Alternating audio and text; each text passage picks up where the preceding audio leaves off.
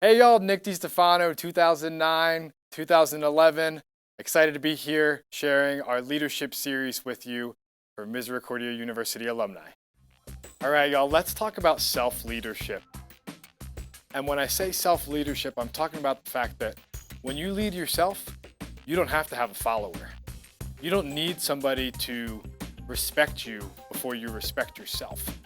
Because when you think about leadership, oftentimes we think of a specific person. There's someone that you probably idolize, whether it was your mom, your dad, maybe it's a specific celebrity, an activist, a past president. We all have this idea in our head of what leadership is. And we do this thing where we put leadership on a pedestal. We've talked about this before. It's why we're doing this series ultimately, y'all. Leadership is not something that you should put on a pedestal and aspire to. Leadership is something that you need to do every single day. Leadership has to happen today, not one day. When we do that, we're consistent in how we act. Because you can lead yourself, but you can also manage yourself. Now, I want to talk to you real quick about the difference between leading yourself and managing yourself. When we talk about leading ourselves and self-leadership, I'm talking about, do you know your values? And do your actions portray those values? Are they congruent? Do you say one thing and do another? That's not self-leadership. Self-leadership is consistently getting out of bed and doing the thing you don't want to do. Self-leadership requires having that difficult conversation. It requires also being vulnerable.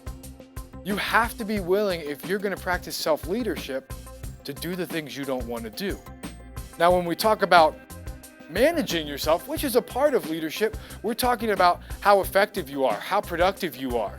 But oftentimes I get confused and it gets convoluted and becomes part of the conversation related to self-leadership.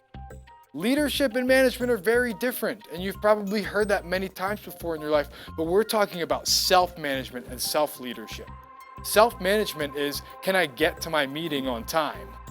Can I get my kid to soccer practice on time? Can I juggle my schedule? Can I be productive and also consistent? And if you can both manage yourself and lead yourself and stop putting leadership up on this big pedestal that says, this is one day something I'm gonna be, and instead start to say, today I'm gonna lead myself and be the best version of myself, that's how you chase the awesome life, y'all. It's not complex, right?